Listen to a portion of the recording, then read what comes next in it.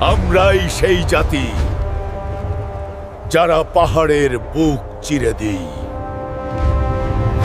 দেখো, এই পাথরও আমাদের কারিগরির কাছে মাথা নত করে। আমাদের চেয়ে শক্তিশালী কেউ নেই। আমরা পাহাড় খোদাই করে ঘর বানাই।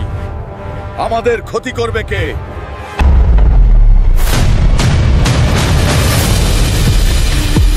আমাদের কোনো অজানা খোদার দরকার নেই।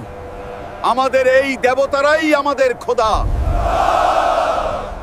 আমাদের পূর্বপুরুষেরা এই মূর্তিদেরই পূজা করে এসেছেন, তাই আমরাও তাই করব। আমাদের কারো প্রলোভনে ভুললে চলবে না।